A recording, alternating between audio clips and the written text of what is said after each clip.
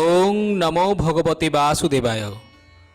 ওং নমো ভগবতে বাসুদেবায়। ওং নমো ভগবতে বাসুদেবায়। কেউ আপনাকে অপমান করলে কি করবেন? শুধু এই দুটি কাজ করলেই জীবনে আপনি যা চান তাই পাবেন। বন্ধুরা, শ্রীমদ্ ভগবদ্ গীতা জীবনের সম্পূর্ণ দর্শন। শ্রীমদ্ ভগবদ্ গীতা বস্তুত দুই বন্ধুর কথোপকথন। এক বিরাট সন্ধিক্ষণের সামনে দাঁড়িয়ে সখা অর্জুনের মনের সংশয় দূর করেছিলেন শ্রীকৃষ্ণ। জীবনে চলার সঠিক পথ দেখিয়েছিলেন তিনি। মহাভারতে কুরুক্ষেত্রের মহারণ শুরুর আগে নিজের আত্মীয়দের বিরুদ্ধে যুদ্ধ করতে নিজের অপারগতার কথা জানিয়ে অস্ত্র নামিয়ে রাখেন অর্জুন। তখনই তাকে জীবনের সারমর্ম বুঝিয়ে কর্তব্য এবং দায়িত্ববোধের কথা বলেন ভগবান শ্রীকৃষ্ণ।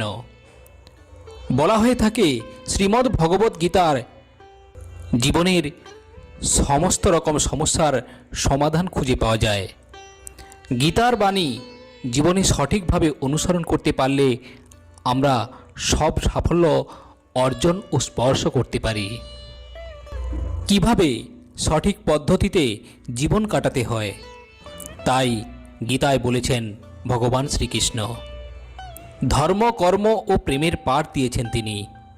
বিষ্ণুর 10 অবতারের অন্যতম এই ভগবান শ্রীকৃষ্ণ আমাদের জীবদ্দশা ও মৃত্যুর পরবর্তী অবস্থাতেও উপযোগী এই গীতার উপদেশ।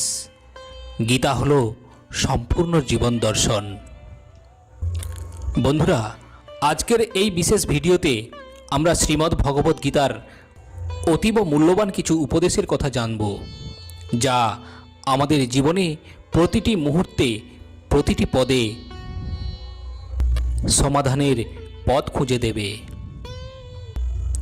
গীতায় ভগবান শ্রীকৃষ্ণ বলেছেন যে শুধু টাকা থাকলেই কোনো মানুষ ধনী হতে পারে না। সত্যিকারের ধনী তিনি, যার চিন্তা ভাবনা ভালো, ব্যবহার মধুর এবং যিনি সুন্দর মনের অধিকারী। গীতায় ভগবান শ্রীকৃষ্ণ বলেছেন যে যখন কোনো ব্যক্তির প্রয়োজন বদলে যায় তখন তার ব্যবহার ও কথাবার্তাও বদলে যায়। সম্পর্ক কখনো ভালো বা খারাপ হয় না। সম্পর্কের আড়ালে মানুষ শুধু নিজের প্রয়োজনটাই মিটিয়ে নেয়, আর প্রয়োজন ফুরিয়ে গেলে আবর্জনার মতো ডাস্টবিনে নিক্ষেপ করে দেয়। তাই বন্ধুরা, কোনো সম্পর্ক গড়ার আগে নিজের হৃদয়কে সাক্ষী রাখুন আর নিজের হৃদয়ের অনুভূতিগুলোকে গুরুত্ব দিন। বুদ্ধি দিয়ে বিচার করুন, কারণ তোমার মন, তোমার হৃদয়ই একমাত্র তোমার প্রকৃত বন্ধু। বন্ধুরা, নিজেকে নিশ্চিত করুন, নিজের মনকে বোঝান যে আজ এই মুহূর্ত থেকে লোকে আপনার সম্বন্ধে কি বলছে, কি ভাবছে, এগুলো নিয়ে আপনি আর কখনো বিচলিত হবেন না। কিন্তু বন্ধু, আপনি তখন বিচলিত অবশ্যই হবেন এবং আত্মসমালোচনাও করবেন যখন আপনার হৃদয় আপনাকে কোনো প্রশ্ন ছুঁড়ে দেবে। পরমেশ্বর ভগবান শ্রীকৃষ্ণ শ্রীমদ্ ভগবদ্ গীতায় বলেছেন, হে অর্জুন, মানুষ জীবনে যা চায় তাই অর্জন করতে পারে যদি নিজের লক্ষ্যের কথা শয়নে স্বপনে অবিরাম সে ভাবতে থাকে। নিজের উপর বিশ্বাস রেখে নিজের লক্ষ্যে স্থির থেকে সঠিকভাবে যদি সে চেষ্টা করে তাহলে অবশ্যই সাফল্য লাভ করতে পারবে। শ্রীমদ্ ভগবদ্ গীতার সবথেকে বড় অনুপ্রেরণা হলো আমাদের চিন্তা ভাবনা। তাই বড় কিছু চিন্তা করুন এবং মনকে সবসময় বলুন যে আমিই পারবো, আমি পারবই। ভগবান শ্রীকৃষ্ণ বলেছেন, খুব রাগ হয়ে গেলে তখন একটু থামুন। রাগের মাথায় কোনো কথা বলবেন না বা কোনো কাজও করবেন না। ভুল করলে নিজের মাথা নত করে তা মেনে নিন, তাহলেই এই পৃথিবীর সব সমস্যার সমাধান হওয়া সম্ভব। গীতায় বলা হয়েছে যে বা যারা আপনাকে কষ্ট দেবে তারাও অবশ্যই কষ্ট পাবে। আপনি সৌভাগ্যশালী হলে সেই ব্যক্তির শাস্তি পাওয়ার দৃশ্য আপনি নিজের চোখেই দেখে যেতে পারবেন। জীবনে ঝামেলা যতই থাকুক, চিন্তা করলে বেড়ে যাবে, চুপ থাকলে কমে যাবে, আর ধৈর্য রাখলে শেষ হয়ে যাবে, আর ভগবানের উপর বিশ্বাস রাখলে তা খুশিতে পরিবর্তন হয়ে যাবে। প্রতিশোধ নেওয়ার প্রয়োজন নেই, শুধু প্রতীক্ষা করো। যারা তোমায় আঘাত দিয়েছে সময় মতো তারা নিজেই ঘূর্ণিপাকে পড়বে, আর তুমি যদি ভাগ্যবান হও নিজের চোখেই তাদের পতনও দেখতে পাবে। বন্ধু, এটা তুমি মন থেকে মেনে নাও, তোমার কর্ম যদি সঠিক হয়, পৃথিবীর সমস্ত মানুষ তোমার বিপক্ষে হলেও জানবে ঈশ্বর কিন্তু তোমার পক্ষেই থাকবেন। আরও একটা কথা মনে রেখো, সঠিক সময় সঠিক শব্দচয়ন যেমন অচেনা মানুষকে পরম আত্মীয়তার সম্পর্কে আবদ্ধ করতে পারে, ঠিক তেমনি ভুল শব্দচয়ন মানুষকে পরম আত্মীয় থেকে পরম শত্রুতে পরিণত করতে পারে। তাই বন্ধু, আপনাকে যে যতই অপমান করুক না কেন, আপনার শব্দচয়নে অবশ্যই যত্নবান হওয়া উচিত। শ্রীকৃষ্ণের বাণী অনুসারে পরিবর্তনই হলো এই জগতের একমাত্র সত্য। এই পৃথিবী সতত পরিবর্তনশীল। তুমি মৃত্যু সম্পর্কে যা ভাবো তা আসলে জীবন। তাই আত্মচিন্তা ত্যাগ করো, ছোট বড় আপন পরের ভেদাভেদ নিজের মাথা থেকে সরিয়ে দাও। তাহলেই দেখবে এই জগৎ তোমার, আর তুমিও সারা দুনিয়ার হয়ে যাবে।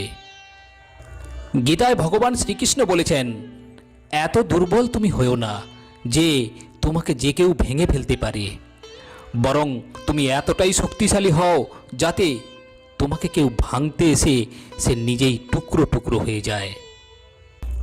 যে কেবল নিজের দুঃখকে আপন করে জীবন কাটায় সে শক্তিহীন হয়ে পড়ে, কিন্তু যে ব্যক্তি সমগ্র সমাজের দুঃখ আপন করে নেয় এবং এইভাবেই জীবন কাটায় সে শক্তিশালী হয়ে ওঠে।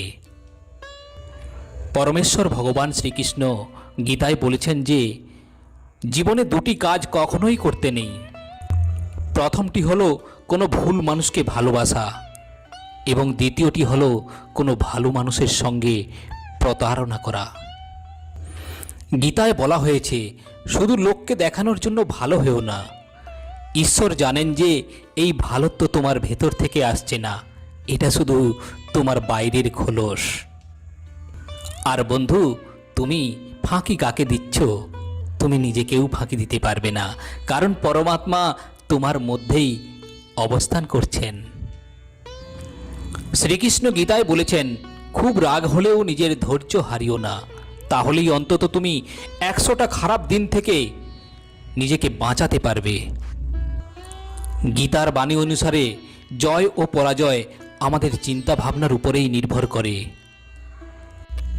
পরমেশ্বর ভগবান শ্রীকৃষ্ণ গীতায় পরামর্শ দিয়েছেন যে কোনো মানুষকে ভালোভাবে না জেনে অন্যের কথা শুনে তার সম্পর্কে কখনো কোনো ধারণা করে নেবেন না, কারণ এই সন্দেহই আপনার সেই শত্রু যে আপনার সম্পর্কগুলোকে সব নষ্ট করে দেয়। ক্রোধ থেকে প্রতিশোধের জন্ম হয়, আর ধর্ম থেকে ন্যায়ের জন্ম হয়। তোমার জীবনেও যদি এমন সময় আসে যখন তোমার উপর কোনো অন্যায় হয়, তবে ন্যায় করার পূর্বে নিজের ক্রোধের উপর অঙ্কুশ অবশ্যই রেখো। ভগবান শ্রীকৃষ্ণ অর্জুনকে বলেছেন, হে অর্জুন, কেউ আমার অতি আপন নয়, কেউ আমার পরও নয়, কিন্তু যখন ধর্ম ও অধর্মের মধ্যে যুদ্ধ হয় তখন আমি স্বাভাবিকভাবেই ধর্মের পক্ষে অবস্থান করি। কারণ সমুদ্র হোক বা সংসার, যে ধর্মের নৌকা প্রস্তুত করে সে ঠিকই পার হয়ে যায়। ভগবান শ্রীকৃষ্ণ বলেন, আমি কোনো জড়বস্তু নই যে আমাকে চাইলেই পাওয়া যাবে, কিন্তু যে ব্যক্তি আমাকে তার নিজের অধিকার বলে মনে করে আমি স্বয়ং নিজেকে তার অধীন বলেই ভাবি। গীতার 2য় অধ্যায়ের 47 নম্বর শ্লোকে ভগবান শ্রীকৃষ্ণ বলেছেন, কর্মণ্যে বাধিকারন্তে মা ফলেষু কদাচনম মা কর্মফল হেতুর্ভূমাতে সঙ্গহস্ত কর্মণি। কর্মেই তোমার অধিকার, কর্মের ফলে কখনো তোমার অধিকার নেই। কর্মফল যেমন তোমার কর্মপ্রবৃত্তির হেতু না হয়, কখনো কর্মত্যাগেও যেন তোমার প্রবৃত্তি না হয়। গীতার এই শ্লোকটির গূঢ় অর্থ এই যে ত্যাগ হলো বিশ্বাসের তীব্র পরীক্ষা। যে ব্যক্তি সর্বদা ফলাফলের জন্য চিন্তিত থাকে সে প্রায়শই তার কর্তব্য সম্পাদনে সাহস হারিয়ে ফেলে। সে অধৈর্য হয়ে ওঠে এবং তারপর ক্রোধ প্রকাশ করে এবং অযোগ্য কাজ করতে শুরু করে। সে কর্ম থেকে কর্মে ঝাঁপিয়ে পড়ে, কখনো কোনোটির প্রতি বিশ্বস্ত থাকে না। সে ফলাফলের জন্য চিন্তিত, যে ইন্দ্রিয়গ্রাহ্য ব্যক্তির মতো। সে সর্বদা বিক্ষিপ্ত থাকে। সে সমস্ত দ্বিধাকে বিদায় জানায় আর মূল্যায়নে সব কিছুই সঠিক, এবং তাই সে লক্ষ্য অর্জনের জন্য ন্যায্য ও অশুভ উপায় অবলম্বন করে। গীতায় ভগবান শ্রীকৃষ্ণ বলেন, অনেকে মনে করে থাকেন যে সংসারে কাজকর্ম ত্যাগ করাই হলো সন্ন্যাস।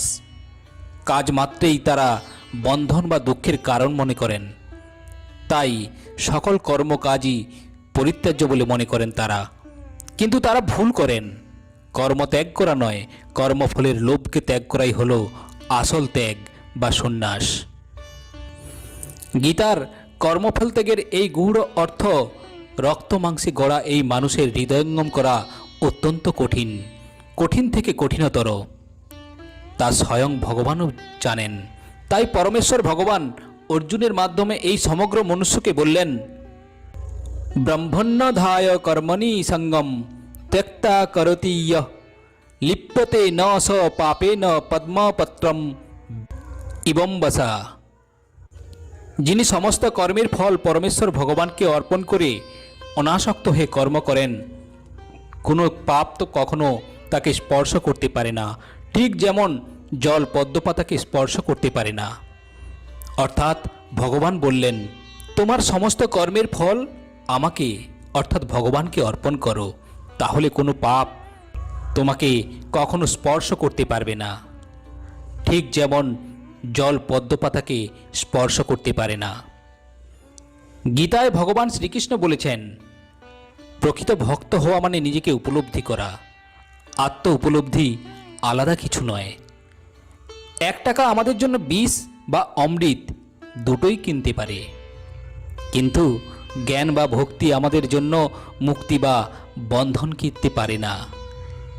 এগুলি বিনিময়ের একটি নেট মাধ্যম। এগুলি হলো সেটাই যেটা আমরা নিজেরা যা চাই তাই আনতে সক্ষম হই আমাদের এই জ্ঞান এবং বুদ্ধির দ্বারা। কিন্তু আপনার উপায় এবং লক্ষ্য এক হওয়া অত্যন্ত জরুরি।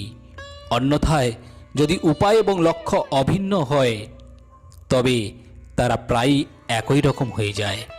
উভয়ের চূড়ান্ত পরিণতি হলো মুক্তি। গীতার মুক্তি হলো নিখুঁত শান্তি। গীতা আমাদের বলে, কর্ম ছাড়া কেউ তার লক্ষ্য অর্জন করতে পারেনি। এমনকি জনকের মতো মানুষও কর্মের মাধ্যমে মোক্ষ লাভ করেছে। পরমেশ্বর ভগবান শ্রীকৃষ্ণ বলেন, যদি আমিও অলসভাবে কাজ বন্ধ করে দেই তাহলে পৃথিবী ধ্বংস হয়ে যাবে। তাহলে বন্ধু, একবার ভেবে দেখুন সমস্ত মানুষের কর্মে নিয়োজিত হওয়াটা কতটা জরুরি।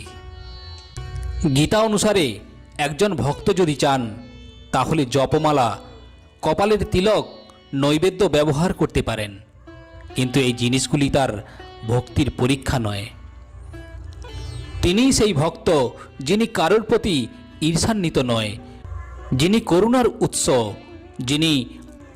যিনি অহংকার মুক্ত, যিনি নিঃস্বার্থ, যিনি ঠান্ডা তাপ, সুখ দুঃখ উভয়কেই সমানভাবে ব্যবহার করেন, যিনি সর্বদা ক্ষমাশীল, যিনি সর্বদা সন্তুষ্ট, যার সংকল্প দৃঢ়, যার মন ও আত্মা ঈশ্বরের প্রতি উৎসর্গীকৃত, যিনি আনন্দ, দুঃখ এবং ভয় সৃষ্টি করেন, যিনি পবিত্র, যিনি কর্মে পারদর্শী কিন্তু তবুও এর দ্বারা প্রভাবিত হন না, যিনি ভালো বা মন্দ সকল ফল পরিত্যাগ করেন, যিনি বন্ধু এবং শত্রুর সাথে সমানভাবে আচরণ করেন, যিনি প্রশংসা দ্বারা প্রভাবিত, যিনি লোকে যখন তার সম্পর্কে খারাপ কথা বলে তখন তিনি নীরবতা এবং নির্জনতা পছন্দ করেন, যার একটি সুশৃঙ্খল যুক্তি আছে।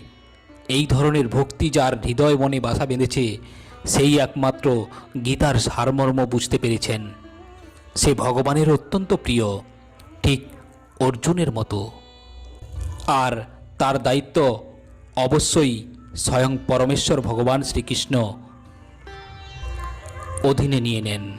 যেমন অর্জুনের জয় পরাজয়, সুখ দুঃখ, সৌভাগ্য সব কিছুর দায়িত্ব তিনি নিয়ে নিয়েছিলেন।